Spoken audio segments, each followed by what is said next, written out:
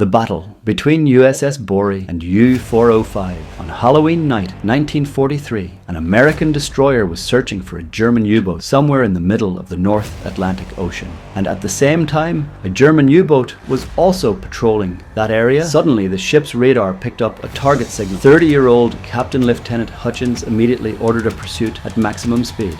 The Borie was cutting through massive waves, moving forward, and not much farther, about 5 nautical miles away, German Navy Major Hauptmann was commanding a Type 7 C U-boat. The U-boat was floating on the water's surface, charging its batteries under the cover of night's darkness. Right at that moment, deep within the submarine, the sonar operator heard a strange sound, that distinctive sound of propellers churning through water that would expose their presence. Hauptmann knew they had no warships in this maritime area, so it had to be an American vessel. The alarm echoed within the U-boat. The 45 crew members immediately sprang into action and began preparing to dive underwater. Back on the Borie, Hutchins was searching the darkness for any sign of the enemy. He couldn't see anything, but the radar operator was constantly giving updates on the target's position. Hutchins ordered a course correction. Contact lost, sir. This news sent chills down Hutchins's spine. The U-boat had dived, and that meant only one thing. The Germans knew they were here. Now both sides were locked in a deadly game of cat and mouse. Sonar, any signal? Sonar contact, 2,000 yards, bearing 170. Turn to 170. Hutchins ordered the course change, told them to prepare for interception. On the U-boat, the sonar operator was listening carefully, but could only hear the Borie's approximate direction. The accuracy of this data wasn't sufficient to launch a counterattack. What he could hear was the steadily intensifying sound of propellers and the regular sonar waves coming from the Borie.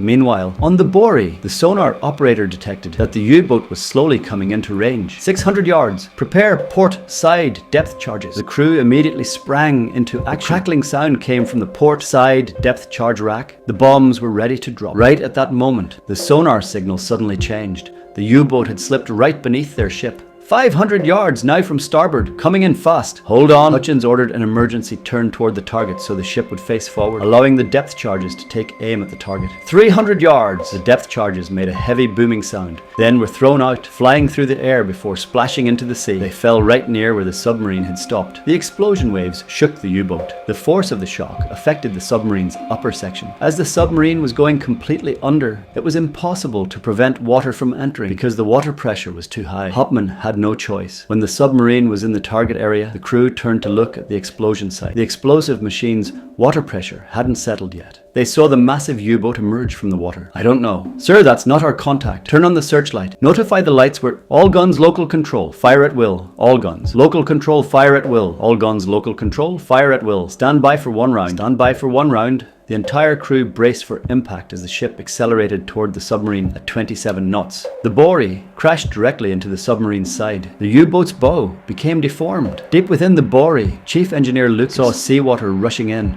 rapidly through the cracks, and on the submarine, Hauptmann struggled to his feet and gave the order. The German crew emerged from the hatch. Fierce gunfire erupted on the decks of both vessels. The Borie's crew grabbed Tommy submachine guns, pistols, and rifles. Others fought with whatever weapons they could find, but the Americans had the advantage of cover and height. There was no protection on the U-boat's deck. The last defenders had no chance of winning. Incredibly, the submarine was still afloat and somewhat operational, but the crew had suffered heavy casualties. All weapons except torpedoes were destroyed. The Borie's crew watched as the submarine began to slip away from underneath them. Their situation was also critical. Deep in the engine room, seawater was rising rapidly. Engineers were racing against time to make repairs. Lucas and his men were working in the water, trying to keep the turbines running. The ship was still moving forward, but the hull was filled with hundreds of tons of seawater, weighed down by the burden. The Borie's gunners continued firing, but couldn't deliver the final blow. One of the Borie's 3-tube torpedo launchers activated. A torpedo was loaded, aimed at the target. A torpedo shot into the sea, heading toward the enemy, but couldn't penetrate it. Hauptmann was caught in a stalemate. The submarine was still under control, but of the 45 crew members, only 15 remained, and Hauptmann decided to stay alone. Turn off the searchlight! Turn off the searchlight! Turn on the searchlight! Flash rapidly! Fire depth charges! The ship is severely damaged and unable to be repaired. The sea is in a state of panic. Then the Germans fired a signal flare from the damaged U-boat. It was a signal of surrender. A little while later, the 15 survivors and their captain emerged from the submarine and boarded the lifeboat. The Borie Borie slowly approached these survivors, trying to provide assistance in the fierce waves. But observers suddenly shouted, reporting that a signal flare appeared in the distance. Then they saw a torpedo heading this way. They guessed it was another German submarine. Then they began their attack. Hutchins immediately ordered the Borie to retreat.